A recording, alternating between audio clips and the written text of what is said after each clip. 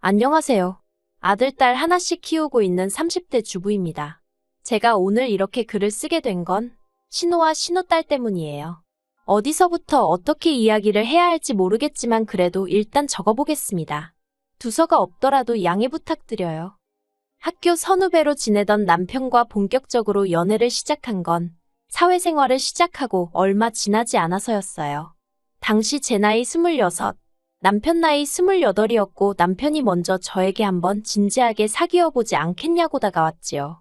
그전까지는 그저 좋은 오빠 동생이었는데 하루아침에 갑자기 연애를 하자고더니 당황스러웠던 게 사실이었지만 저도 남편에게 호감이 없던 것은 아니었거든요.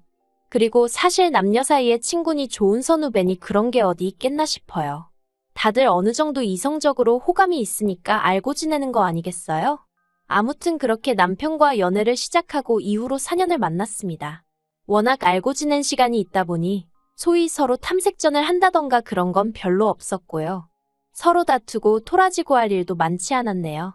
그러다 저도 남편도 좀 더 좋은 조건을 받아 이직에 성공하면서 결혼 이야기가 나왔는데 그게 벌써 몇 년 전 일이네요. 결혼 당시 시댁으로부턴 아무런 도움도 받지 못했고 친정에서는 아파트를 내주셨어요. 왜냐하면 시댁은 영사정이 여의치 못했거든요. 남편과 제가 본격적으로 결혼 이야기가 나오던 시기에 시매부가 하던 사업이 부도가 나네 만에 소리가 나왔고 신우 죽는 소리에 결국 시부모님이 두 분 사시는 아파트를 담보 삼아 대출을 받아주셨다 들었습니다. 그리고 그 액수가 자그만치 3억 가까이 되었어요. 3억이 누군가에게는 별거산인 돈일 수도 있었겠지만 평범한 서민인 남편이나 제 입장에서는 정말 큰 돈이었거든요. 아무튼 그래서 시부모님은 당장 원금에 이자 내기도 빠듯한 생활을 이어나가는 와중이셨기에 저희 결혼하니까 좀 도와주세요 소리를 할 수가 없었습니다. 더 솔직히 말하자면 먼저 그래도 단돈 얼마라도 보태주겠다 하셨으면 좋았을 텐데 아예 이런 방구 그런 말씀이 없으셨거든요. 그러니 더욱이 저희 입장에서도 입이 떨어지질 않았지요. 그리고 상황이 그렇다 보니 남편과 제가 모은 돈이 얼마 있었다고 해도 어디 전세로 가기에도 빠듯한 형편이었습니다. 하지만 월세를 살자니 그건 길바닥에 버리는 돈 같아서 도저히 엄두가 안 나더라고요. 그렇게 남편과 골머리를 앓고 있을 때쯤 친정부모님이 저희를 부르셔서는 당신들이 경기도에 아파트 한 채를 갖고 있는데 거기 세입자가 계약 연장을 안 한다고 하니 거기라도 들어가서 살겠냐고 물어보셨습니다. 그리고 솔직히 저희야 그렇게 물어봐 주신 것만으로도 너무 감사했고 당연히 그렇게 하겠다고 했지요. 그런데 이 일을 가지고 시댁에서 이러쿵저러쿵 말이 나왔습니다. 예단과 혼수 이야기를 나누기 위해 시댁을 찾았던 날 남편이 저희 부모님 덕분에 집 문제가 해결되었다는 이야기를 꺼냈거든요. 그런데 어머님 아버님은 처음에 저희 친정부모님이 아예 집 한 채를 사주시는 걸로 이해를 하셨더라고요. 그래서 제가 그런 게 아니라 두 분이 갖고 계신 아파트에 당분간 임시로 저희가 들어가 살기로 한 거라고 정정해드렸습니다. 그랬더니 어머님이 그런 명의는 어떻게 되는 거냐고 물으시대요. 그래서 명의가 바뀌고 그런 것도 없고 저희는 정말 몸만 들어가서 사는 거라고 했어요. 그랬더니 어머님이 한마디로 치사하단 식으로 말씀을 하시는 거예요. 그리고 제 입장에선 솔직히 황당하고 듣기 거북했지요. 그런데 그때 남편이 먼저 나서서 사위랍시고 빈몸뚱아리로 들어가는데 그만큼 배려해 주신 것만 해도 감사한 일 아니냐면서 어머님께 화를 내더라고요. 그러자 아버님이 남편더러 부모한테 말하는 싸가지가 어쩌고 하셨는데 뭐 솔직히 저는 어떻게 들릴진 모르겠지만 그런 남편이 든든하게 느껴지대요. 아무튼 그렇게 신혼살림을 차리고 이후로 저희 정말 악착같이 살았습니다. 비록 좋은 직장을 다니고는 있었지만 그렇다고 다른 부부들처럼 해마다 해외여행을 간다던가 그런 것도 해본 적 없어요. 물론 속으론 저도 남들처럼 해외여행도 다니고 명품백도 갖고 싶었고 남편하고 같이 비싼 외제차도 끌고 싶었지만요. 하지만 그런 욕구들을 억눌러가며 좀 더 나은 미래를 꿈꾸며 하루하루 열심히 살았네요. 그리고 그런 와중에 아들, 딸을 연년생으로 낳으면서 좀 더 열심히 살아야겠다는 의지를 다지게 되었지요. 그러다 지난해 마침내 서울에 있는 30평대 구축 아파트로 이사를 하게 되었습니다. 친정부모님의 도움도 있었고 대출도 좀 있었지만 그래도 저희 두 사람의 힘으로 장만한 아파트였기에 감회가 남다르더라고요. 그리고 언제 집들이 할 거냐는 시부모님의 성화에 이사한 지 한 달도 되지 않아 집들이를 하게 되었어요. 시부모님과 신우네 가족을 불러서 말이지요. 신우는 집에 들어오는 순간부터 집 좋다는 소리를 여러 번 했는데 그건 신우네는 결국 심해부가 사업을 망하면서 월세를 전전하고 있었기 때문입니다. 그리고 그런 사정을 뻔히 알았던 저희였기에 웬만하면 솔직히 집들이도 하고 싶지 않았어요. 신우가 어떻게 받아들일지도 모르겠고 나름대로 조심스러웠던 거지요. 그런데 다행히 신우는 시샘을 하는 것 같진 않았고 그저 저희의 상황을 무척이나 부러워하는 눈치였어요. 그리고 그런 신우에게 저도 어떻게 반응해주는 게 좋을지 몰라서 적당히 웃어넘겼고요. 그리고 이후로도 신우는 종종 저희 집에 놀러 오면 안 되냐고 물어왔습니다. 신우네 딸이 10살이었는데 저희 애들을 너무 보고 싶어 한다면서 말이에요. 솔직히 저희 애들은 시조카에 비하면 한참 어리기도 했고 막상 시조카가 오면 저희 애들하고 사이좋게 노는 편도 아니라 내키지 않았지만 한편으론 애가 지 집이 얼마나 답답하면 우리 집에라도 오고 싶어 할까 싶어서 몇 번 그러라 했습니다. 그런데 그게 지금 생각해보면 화근이라면 화근이었네요.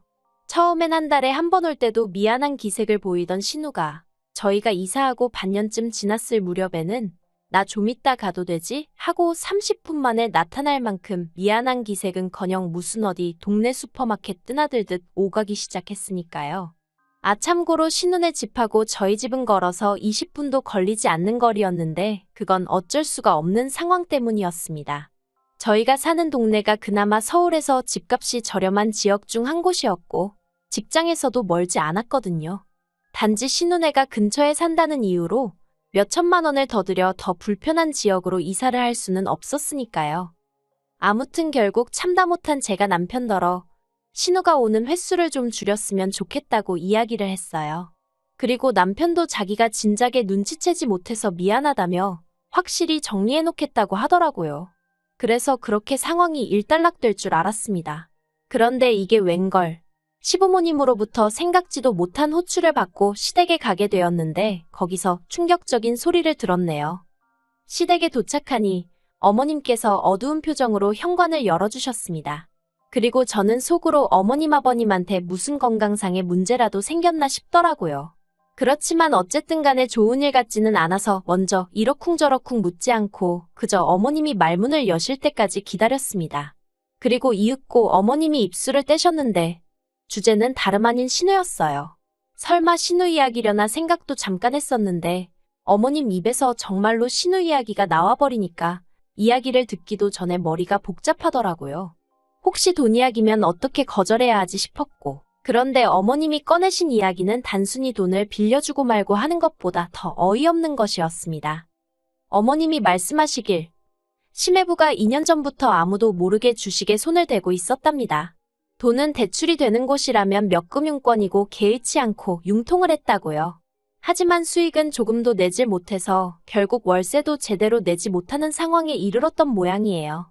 그리고 결국 신우가 시부모님께 손을 벌렸는데 며느리로서 이렇게 표현하는 것이 껄끄럽지만 저희 시부모님 두 분 상황을 표현하자면 당신들 코가 석자인 분들이시거든요.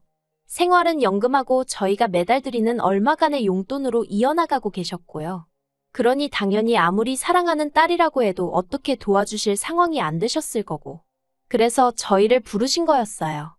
어머님의 요구사항은 간단했습니다. 당장 나가는 월세라도 줄여야 하지 않겠냐며 저희더러 신우네 식구랑 합가를 하라는 말씀이셨지요. 저희 아파트가 30평대이고 창고처럼 쓰는 방도 하나 있으니 그걸 내주면 될 것 같답니다. 그리고 시조카는 저희 애들하고 한 방을 쓰게 하면 되지 않겠냐고요. 정말이지. 저희에게는 처음 하시는 이야기셨지만 얼마나 많이 이렇게 저렇게 상상의 나래를 펼쳐보셨는지 어머님 입에서 줄줄줄줄 이야기가 쏟아져 나오더라니까요. 그리고 당연히 저희 반응은 싫어요였습니다. 30평대 아파트가 무슨 으리으리한 궁궐도 아니고 어떻게 두 가족이 사느냐고 안 된다고 했어요. 그랬더니 어머님께서 그거 방 한 칸 내주는 게 무슨 얼마나 대단한 일이냐며 그렇게 째째하게 구느냐고 저에게 화를 내시대요. 그러자 옆에 있던 남편이 왜 이 사람한테 그러냐면서 어머님더러 그렇게 안타까우면 어머니가 누나 데리고 사세요 하더라고요. 그러자 어머님이 지금 이 집을 보고도 그런 소리가 나오냐면서 너네만 잘 살면 그만이냐 어쩌냐. 그래서 결국 어머님과 남편 사이에 고성이 오가고 아버님은 먼 산만 보고 계시고 저는 저대로 괜히 불똥 튈까 싶어서 남편 뒤에 숨어 있다시피 하다가 집으로 돌아왔습니다. 그리고 집으로 오는 길에 제가 남편더러 혹시 내가 같이 못 산다고 해서 서운하거나 속상하냐고 물었어요. 그랬더니 남편이 서운할 일이 따로 있지. 자기가 오히려 미안하답니다. 그러면서 어머님이 도대체 어쩌다가 그게 가능할 거라고 생각하시고 그런 이야기를 꺼내신 건지 모르겠다며 저더러 신경 쓰지 말라대요. 그리고 그렇게 상황이 마무리가 되었다고 생각했어요. 그런데 이튿날 남편은 출근하고 저는 회사 창립 기념일로 집에 있었거든요. 아이들을 유치원에 보내고 한숨 돌리고 있는데 밖에서 누군가 쾅쾅쾅 현관문을 부서져라 두들기는 게 아니겠어요. 놀라서 인터폰으로 밖을 확인하니 신호와 심해부였습니다.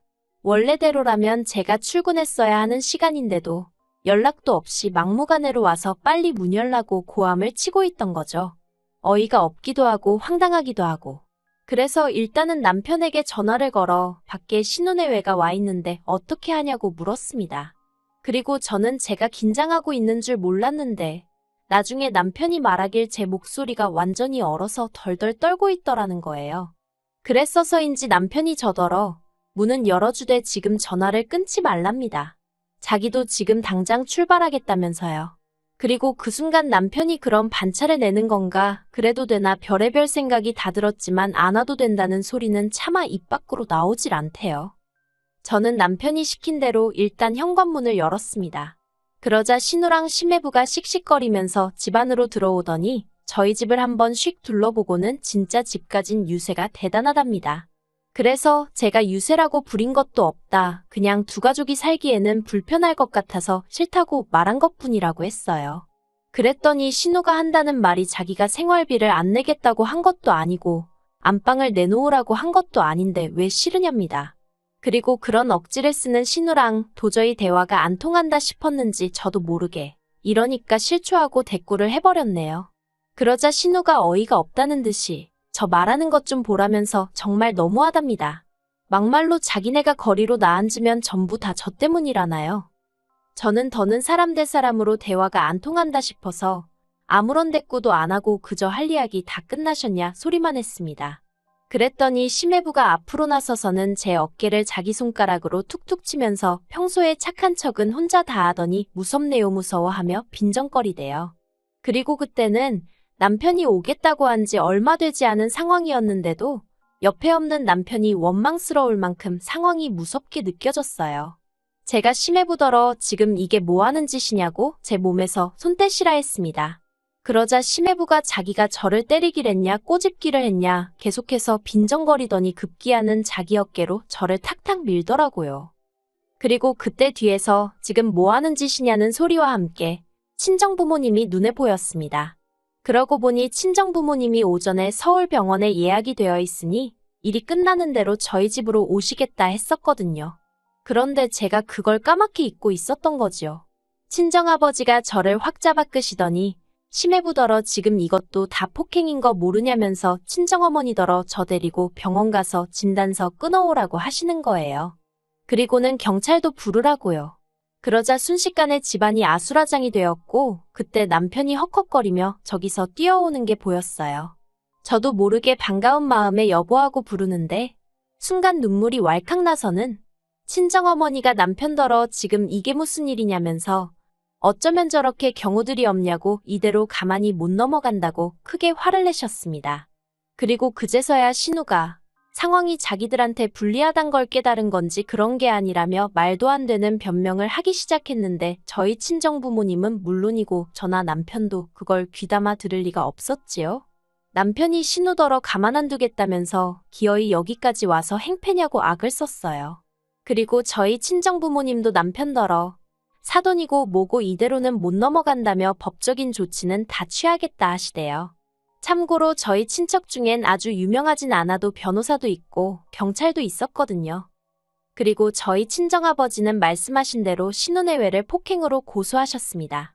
그리고 제가 이기면 저희 쪽 변호사 비용까지 자기가 다 물어야 한다는 사실을 안 신우가 그제서야 저한테 미안하다며 자기가 순간 눈이 돌아갔었다며 사과를 하고 난리더군요. 그런데 남편이 봐주지 말랍니다. 사람이 순해 보이니까 아주 헛개비로 보고 덤빈 거 아니겠냐면서 끝장을 봐야 정신 차린다고요. 그리고 저는 고민 끝에 남편 뜻에 따르기로 했어요. 착한 줄 알았는데 어쩌고 그 소리 들을 때 정말 기분이 너무 나빴거든요. 그리고 말한 대로 저는 안 착한 사람이니까 굳이 자비를 베풀 필요가 있겠나 싶대요. 그리고 이 일로 시부모님은 남편더러 괘씸한 놈이니 아주 부모 형제도 몰라보는 망나니니 뭐니 온갖 악담을 퍼부으셨고 그걸로도 분이 안 풀리셨는지 영 끊고 살자셨습니다. 당신들 죽었다는 소리가 들려도 아는 채도 말라면서요. 그런데 남편이 덤덤하게 알겠다는 말 한마디만 하더라고요. 저한테 자세히 말은 안 해도 자기도 그간 시부모님께 맺힌 게 많았던 모양이 돼요. 그리고 제가 생각하기에 제가 여기서 해야 할 일은 그저 그런 남편 옆에서 묵묵히 자리를 지켜주고 고마움을 표현하는 일뿐인 것 같습니다. 남편이 누구보다 저와 아이들을 제일 우선으로 생각해주는 사람이라 다행이다 싶을 뿐이에요.